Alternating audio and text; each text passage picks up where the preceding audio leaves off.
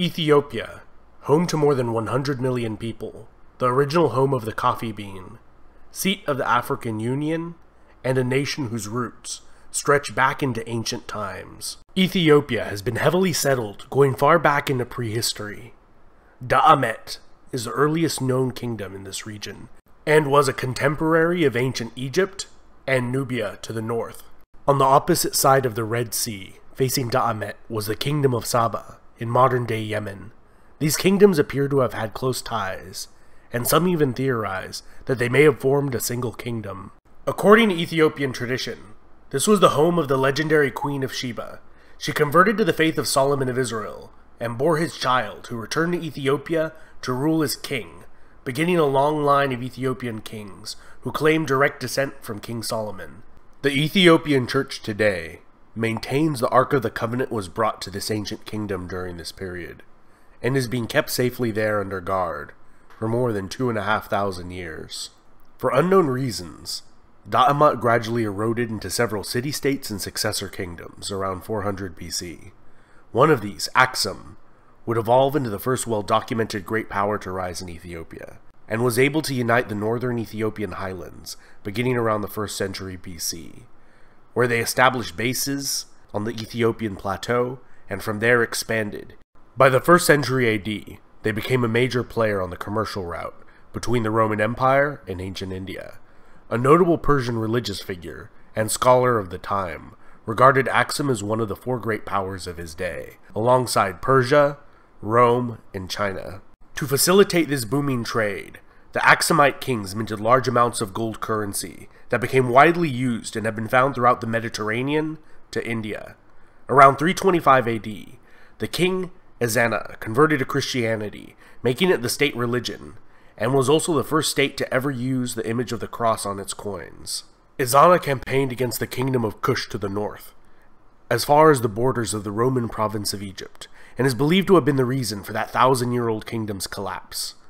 Included in his many titles were King of Kings, King of Saba, King of Salhen, and King of Himyar, which are all in modern-day Yemen, indicating that he either controlled or annexed these kingdoms, or perhaps they were merely tributaries. The kingdom of Axum would reach its apogee during the reign of King Caleb, who invaded the Arabian Peninsula in 520, with a vast army against the Jewish king Yusuf of Himyar, who had been persecuting the kingdom's Christian population.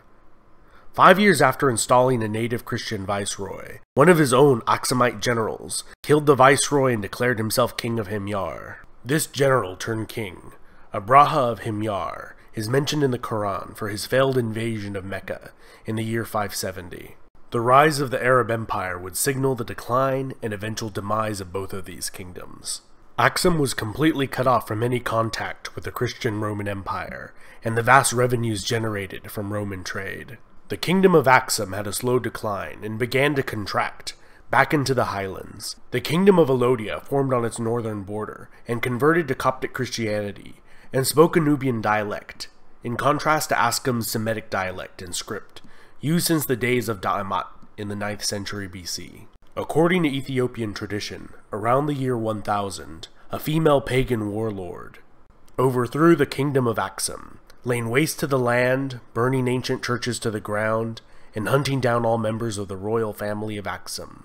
The last of her dynasty, which ruled over a much diminished kingdom, was overthrown by Mara Takla Haymanot in 1137, establishing the Zegwe dynasty, although some scholars believe this dynasty was established earlier. The most famous ruler of Zegwe dynasty was Gebre Lalibela, who constructed 11 churches, carved straight from a single piece of stone, and attempted to construct a new Jerusalem as his new capital, in response to the capture of the Old Jerusalem by the Muslims in 1187.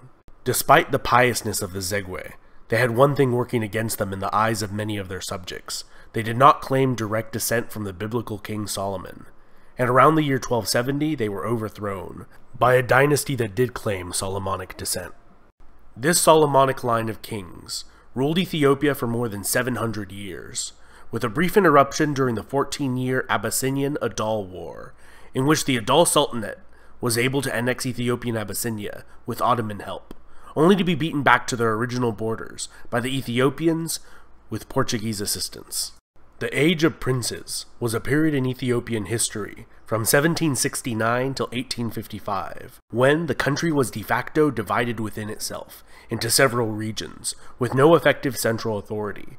It was a period which the emperors from the Solomonic dynasty were reduced to little more than figureheads, confined to the capital city of Gondar, and local warlords fought each other for supremacy. This came to an end with the reign of Tewodros II, who re-established his dynasty's authority over the nation.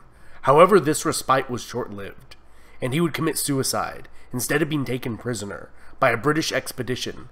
The British would sack the Ethiopian capital and carry the Solomonic dynasty's crowns and treasure they had accumulated over the centuries back to Britain. Ethiopia's troubles were not over, and in 1874, the Ottoman-backed Ismail Pasha of Egypt invaded Ethiopia with the goal of creating an empire that would include the entire length of the Nile River. His sizable army included a large number of recruited American and European officers. The Ethiopians had been working hard on organizing and modernizing their military since their experience against the British, and were able to utterly defeat the Egyptians in 2 decisive battles. The Ethiopian Emperor Yohannes would die in battle against a Sudanese raiding force 13 years after defeating the Egyptians. His successor, Menelik II, would expand the Ethiopian Empire and defeat a full-scale Italian invasion. The technologically superior Italians were decisively defeated in a bloody war that they expected to be a casual affair. 40 years later, masterminded by the Italian journalist turned dictator Benito Mussolini, the Italians invaded again, this time sending an overwhelming force of approximately 500,000 men, 600 aircraft, and 800 tanks. Despite this, the war was still a long and bloody affair. The Italians gained little from the annexation and committed widespread atrocities against the Ethiopian population, which they never fully managed to control. Ethiopian Emperor Haile Selassie returned to Ethiopia from exile in England to help rally the resistance. The British began their own invasion in January 1941 with the help of Ethiopian freedom fighters. The last of the organized Italian resistance in Italian East Africa surrendered in 1941, ending the Italian rule. The Solomonic monarchy was fully restored after the war. In the decades that followed, Haile Selassie would begin to slowly implement democratic reforms in the nation. However, many blamed his grasp on power for the slow pace of modernization. During the Cold War, Selassie received the backing from the United States, and when widespread drought and famine hit the nation in 1974, the aged monarch was overthrown by a socialist faction in the military.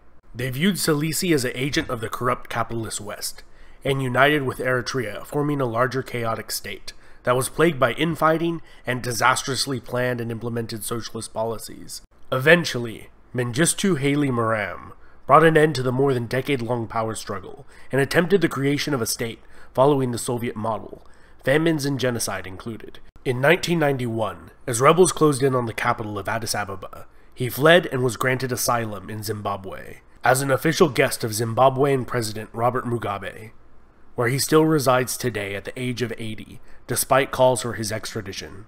This was followed by a transitional government in Ethiopia, which drafted a new constitution allowing any of the nation's ethnic regions to secede if they ever wanted to. Eritrea did so right away, and the remainder is the modern nation-state of Ethiopia. This has been Epimetheus. Huge thanks to all my awesome patrons over on Patreon who help me with this channel's expenses, and my fantastic subscribers. If you're new to this channel, don't forget to sub, hit the bell icon to get notifications every time I make a new video, and smash that like button. One more interesting bonus fact for you if you made it to the end of the video. The Rastafari religion, originating in Jamaica in the 1930s, regards Ethiopian Emperor Haile Selassie as the second coming of Christ and the embodiment of Jah on earth.